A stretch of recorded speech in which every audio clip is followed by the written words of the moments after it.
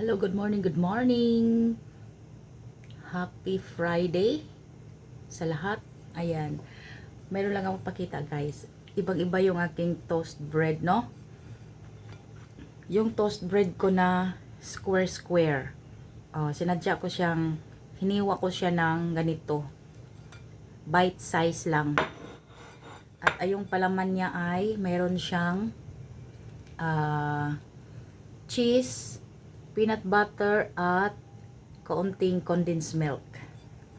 Try ko lang kung ano ang lasa niya, no? Tatlong palaman ang nilagay ko dyan. Ang cheese na sa gitna, yung isang pisngi ng tinapay, tapos yung isang pisngi ng tinapay, nilagyan ko ng peanut butter, konti. Tapos paligid yung sprinkle with konting condensed milk. Ayan, at saka mayroon tayong kape. Ayan, yung kape natin nandito sa baso. Ayan. So, tayo po ay mag-try kung anong lasa nito. Cheese, peanut butter, and condensed milk. Square toast bread. Ayan, kakaiba ang ating toast bread ngayong umaga. Since tulog pa sila, no? Pero malapit na silang gigising. Mga 10 minutes gising na sila.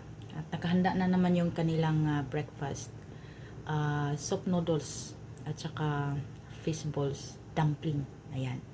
So, first bite para po sa inyong lahat. Good morning. Kain po tayo ng ating breakfast. First bite for everybody.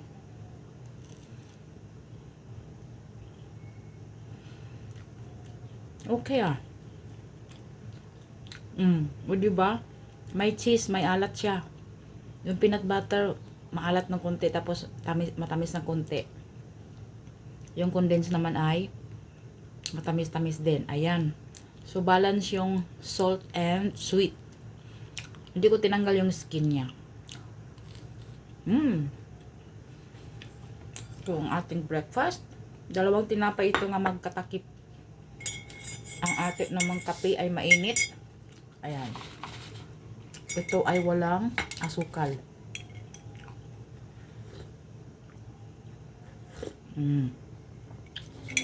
Mapait siya dahil black coffee, walang sugar, nilagyan ko lang ng fresh milk. Ayan tayo. Ayan.